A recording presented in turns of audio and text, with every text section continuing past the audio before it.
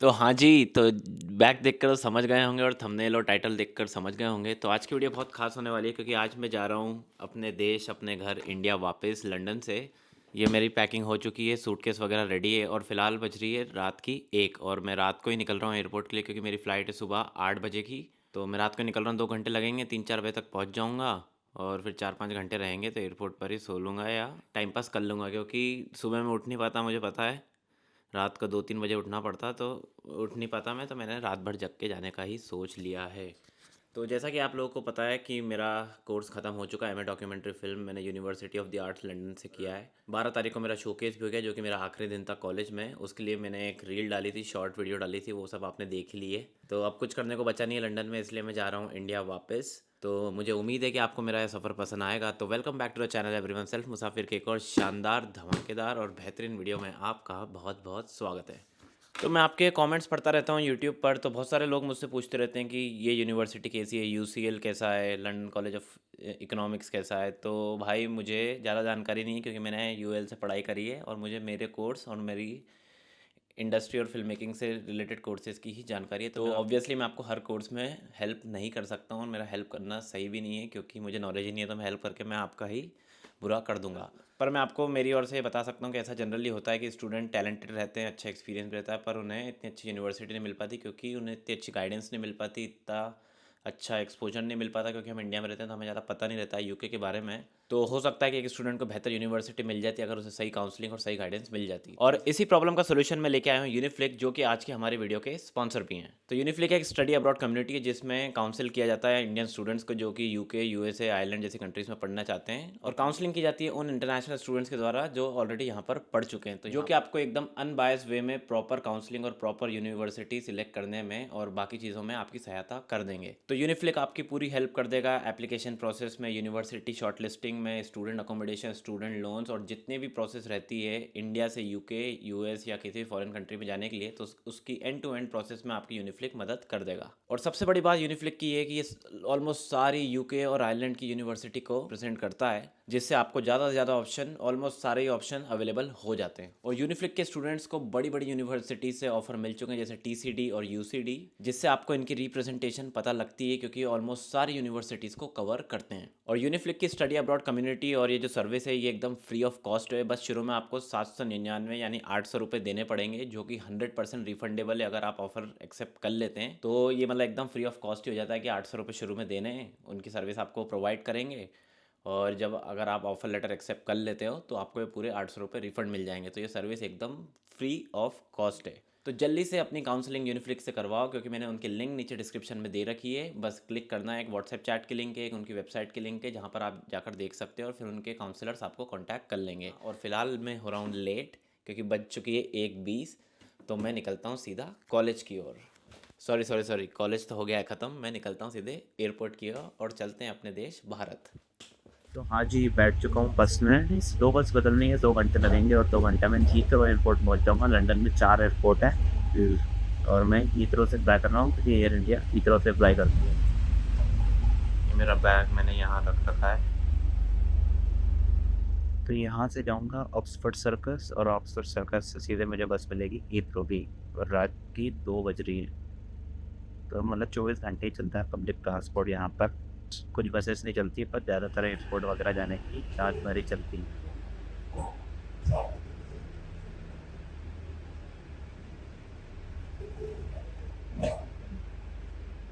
तो हाँ भाई, आ चुका हूँ हीथ्रो एयरपोर्ट और टर्मिनल 2 उस तरफ है, तो उधर जाना है मेरे को।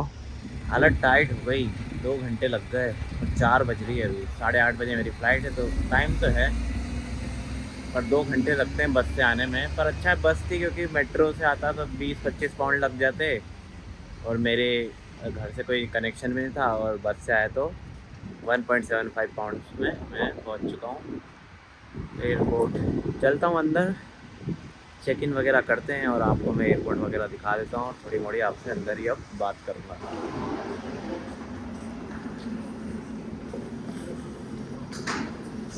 तो टर्मिनल 2 की ओर जा रहा हूँ और हीथ्रो एयरपोर्ट दूसरी बार आ रहा हूँ शायद, मतलब तीसरी बार। जब मैं आयरलैंड गया था यूनिवर्सिटी के साथ तब मैं हीथ्रो से फ्लाई किया था मैंने, और आज फ्लाई करेंगे। और एयर इंडिया तो यूँ तो बहुत खटारा एयरलाइन है, पर मुझे ज़्यादा फ्लाई नहीं किया मैंने एयर इंडिया से, क्योंकि टिकट्स बहुत महंगी रहती है उसकी और बेकार एयरलाइन भी है। पर सबसे अच्छी बात एयर इंडिया की ये है कि इंडियन खाना मिलेगा, वरना ये टर्किश एयरलाइंस, इतिहाद, इन सब में पता नहीं कुछ भी खाना, मोमोज वगैरह, फलाफल, ये सब मिलता है। एयर इंडिया में इंडियन खाना मिलेगा, तो उसकी एक्साइटमेंट है। तो ये आ गया भाई अपना टर्मिनल 2, द क्वींस टर्मिनल, जिसका उद्घाटन क्वीन एलिजाबेथ ने किया था, जैसे क्वींस टर्मिनल कहते हैं। डिपार्चर्स, चलो अंदर आ गया हूँ। अब थोड़ी गर्मी लगी, बाहर तो बहुत ठंड हो रही है, 2 डिग्री सेल्सियस है। अब यहाँ पर ठीक लग रहा है। चलो भाई वेट भी ले लेते हैं। 19 किलो ठीक है। तो 23 किलो का बैग अलाउड है मुझे, और 20 किलो ही हो रहा है, और ये 7 किलो अलाउड है अंदर कैबिन में, तो ये 5 किलो ही हो रहा है। तो अब बस इंतज़ार कर रहा हूँ, क्योंकि 20 मिनट बाद बोर्डिंग चालू होगी, तो 20 मिनट टाइम पास करना है, फिर फटाफट बोर्डिंग करते हैं। और इमिग्रेशन नहीं होता जब आप यूके यूएस एग्जिट करते हो, तो कोई इमिग्रेशन नहीं होता है। जब आप आते हो तभी इमिग्रेशन होता है। तो बोर्डिंग करेंगे, सिक्योरिटी करेंगे और गेट पर जाएंगे और निकलेंगे सीधे इंडिया के लिए। तो 5:18 हो रहे हैं और सिक्योरिटी चेक इन सब कुछ हो चुका है, और बोर्डिंग में अभी भी 2.5 घंटा है, तो टाइम पास करना है एयरपोर्ट पर। बस निकलेंगे दिल्ली, 8 घंटे लेगी फ़्लाइट, डायरेक्ट फ़्लाइट है, पहली बार डायरेक्ट फ़्लाइट ले रहा हूँ मैं। और फिर दिल्ली लैंड करके कुछ मस्त इंडियन खाना खाएंगे। और ये रहे हीथ्रो एयरपोर्ट के नज़ारे, देख लो। ये ड्यूटी फ्री एरिया, ये दारू वगैरह की दुकान। और मैं जा रहा हूँ मेरे गेट की ओर, क्योंकि 7 बज चुकी है और 7:30 पे बोर्डिंग हो जाएगी। पीछे चेयर पर ही सो गया था, बहुत नींद आ रही है फ्लाइट में।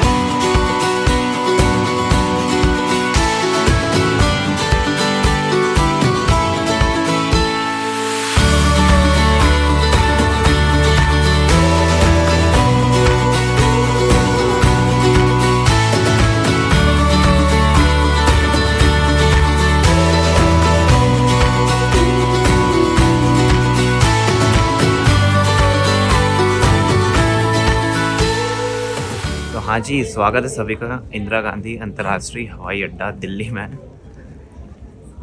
8 घंटे की फ़्लाइट थी, सोया मैं तो। और अब एक तकलीफ़ है कि मुझे लगेज वापस चेक इन करना है। अब मुझे वापस इमिग्रेशन क्लियर करके वापस बोर्डिंग गेट पर जाना पड़ेगा, चेक इन पॉइंट पर। अभी समझ नहीं आता एयर इंडिया का, तुम्हारी सेम एयरलाइन है, तुम्हारी कंपनी है, मैं वापस चेक इन इतना बचूँगा, तुम ही कर दो। अब जो भी है वापस चेक इन वगैरह सब करना पड़ेगा। तो सारा सामान ले लिया है, कस्टम्स की ओर जा रहा हूँ। बाहर ही निकल जाऊँगा सीधे, और फिर कुछ खा पी के वापस अंदर आऊँगा। बढ़िया, इमिग्रेशन पे भी भीड़ नहीं थी, बहुत आसानी से सब कुछ हो गया, सामान भी जल्दी आ गया। और फ़िलहाल बज रही रात की 12 और सुबह 5 बजे की मेरी फ़्लाइट है। ये देखो भाई दिल्ली की ठंड, और ये कोहरा नहीं है, एयर क्वालिटी बहुत ख़राब चल रही है, 500 के ऊपर है AQI फील हो रहा है। और ये ले लिए चाय कुल्हड़ में, मस्त बढ़िया। फ़िलहाल बज रही है 2:30 रात की, और 3 घंटा और काटना है, और फिर सीधा उड़ेंगे इंदौर के लिए। और 1.5 घंटे की फ़्लाइट रहती है इंदौर की, फटाफट इंदौर पहुंचूंगा। फिर मेरा घर सारंगपुर में, जो इंदौर से 120 किलोमीटर और दूर है, तो वहाँ से शायद पापा आ जाएंगे लेने कार वगैरह से, और फिर मैं पहुँच जाऊँगा सारंगपुर।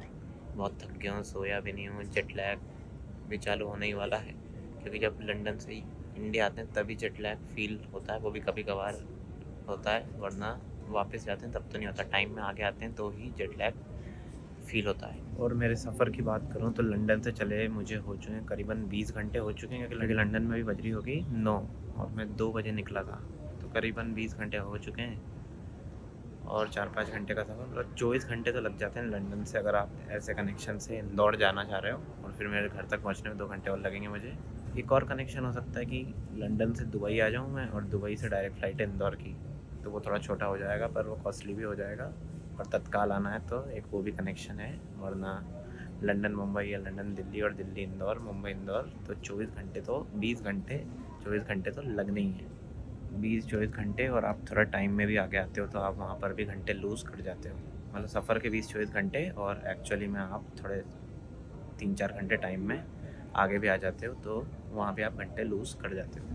मैं तो बोर ही हो गया अब दिल्ली एयरपोर्ट से। मतलब हर बार दिल्ली से ही फ्लाई करा है मैंने, जो लोग पहले से जुड़े हुए हैं। मतलब मेरा कनेक्शन ही यहाँ से बनता है, डेस्टिनी है क्या पता। हमेशा मैं दिल्ली लैंड करता हूँ, दिल्ली से ही फ्लाई करता हूँ, और मेरा एयरपोर्ट ही दिल्ली ही है। तो ये रहा आज का अपना शानदार खाना, पूरी और भाजी। दिल्ली की तो बात ही अलग है खाने में। मुझे कमेंट्स बताओ किस किस को पूड़ी भाजी पसंद है, और जो लोग पाकिस्तान बांग्लादेश से देखते हैं कि तुम्हारे वहाँ पूड़ी भाजी मिलती है या नहीं, ये कमेंट में बताओ मेरे को जल्दी। तो फाइनली गेट की ओर जा रहा हूँ, इंदौर की तरफ। बोर्डिंग हो रही है, 1.5 घंटे में पहुँचेंगे इंदौर। 700-800 किलोमीटर पड़ता है इंदौर दिल्ली से। और चलो भाई, बहुत थक गया हूँ, सोना है मुझे तो फ्लाइट में बैठते ही, और घर पहुँचेंगे। सूझ भी नहीं पड़ रही, आधी नींद में ही हूँ। बस आगे की ओर बढ़ते जा रहा हूँ।